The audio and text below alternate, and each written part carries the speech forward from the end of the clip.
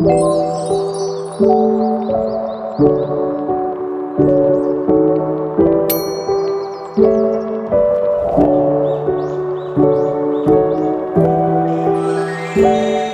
sebuah bukit yang jauh dari desa, di daerah Kalimantan, hiduplah seorang janda miskin dan seorang anak gadisnya. Anak gadis janda itu sangat cantik jelita, namun sayangnya mempunyai perilaku yang amat buruk. Gadis itu amat pemalas, tak pernah membantu ibunya melakukan pekerjaan-pekerjaan rumah. Kerjanya hanya bersolek setiap hari. Selain pemalas, anak gadis itu sikapnya manja sekali, segala permintaannya harus dituruti. Setiap kali ia meminta sesuatu kepada ibunya harus dikabulkan, tanpa memperdulikan keadaan ibunya yang miskin. Setiap hari harus membanting tulang mencari uang demi sesuap nasi. Ia juga suka membentak dan mengambil upah kerja keras ibunya tanpa rasa kasihan. Pada suatu hari, saat sedang menyisir rambutnya, tiba-tiba sisir yang ia gunakan patah. Ia mengadu pada ibunya meminta dibelikan sisir yang baru dan meminta perhiasan yang baru. Sang ibu pun memberitahukan anaknya kalau ia hanya sanggup membelikan sisir saja, tidak untuk perhiasan. Mendengar jawaban itu, sang anak sangat marah. Kemudian ia mengobrak-abrik hasil tanaman ibunya.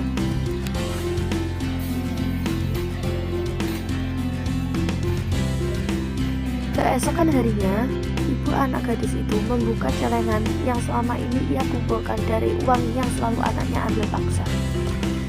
Selanjutnya, ia menemui sang anak untuk mengajaknya ke pasar untuk menjual tanaman yang telah ia tanam dan membeli sisir serta perhiasan yang sang anak minta.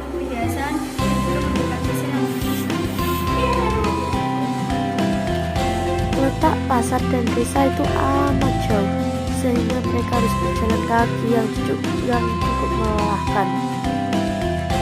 Anak gadis itu berjalan melenggang dengan memakai pakaian yang bagus, sementara ibunya berjalan di belakang sambil membawa keranjang dengan pakaian sangat daging. Karena mereka hidup di tempat terpencil, tak seorang pun mengetahui kedua perempuan yang berjalan itu adalah ibu dan anak.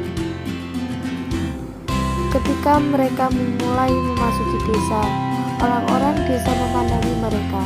Mereka begitu terpesona melihat kecantikan anak gadis itu, terutama para pemuda desa yang tak puas-puasnya memandang wajah gadis itu. Saat berada di pasar, ia meminta uang ibunya untuk membeli sisir dan perhiasan yang ia inginkan.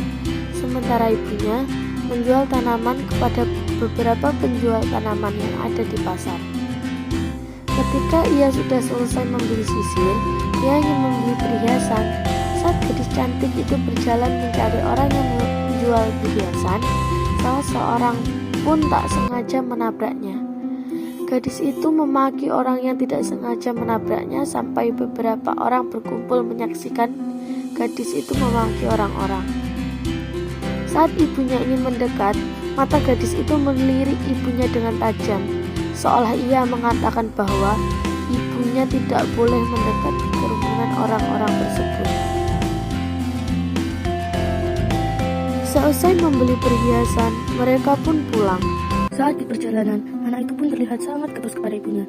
Ibunya yang merasa ada yang membuat anaknya tidak nyaman pun menghentikan langkahnya dan memanggil anaknya untuk mengatakan mengapa ia begitu kesal. Sang anak pun berbicara jika ia tidak suka saat ibunya berjalan di dekatnya, karena ia tidak mau kalau orang-orang tahu bahwa ibunya sangat jelek dan berpakaian busuk. Saat mereka sedang jalan, mereka bertemu dengan beberapa pemuda. Di antara orang yang melihatnya itu, seorang pemuda mendekat dan bertanya kepada gadis itu. Apakah ini ibumu? Bukan, dia membantuku. Begitulah sikap gadis itu saat bertemu dengan seseorang di sepanjang jalan yang menanyakan perihal ibunya.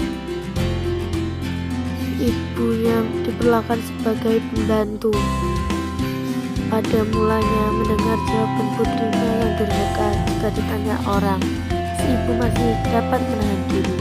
Namun setelah berulang kali didengarnya jawaban yang sama dan yang amat menyakitkan hati, akhirnya si ibu yang malang itu tidak dapat menahan diri. Si ibu pun berdoa,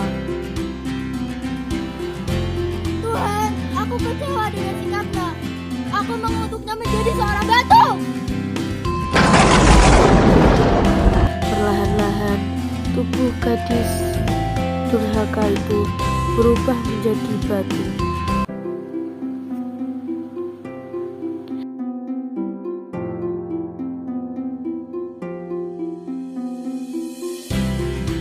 Anak gadis itu terus menatap dan menangis memohon kepada ibunya. Akan tetapi semuanya telah terlambat.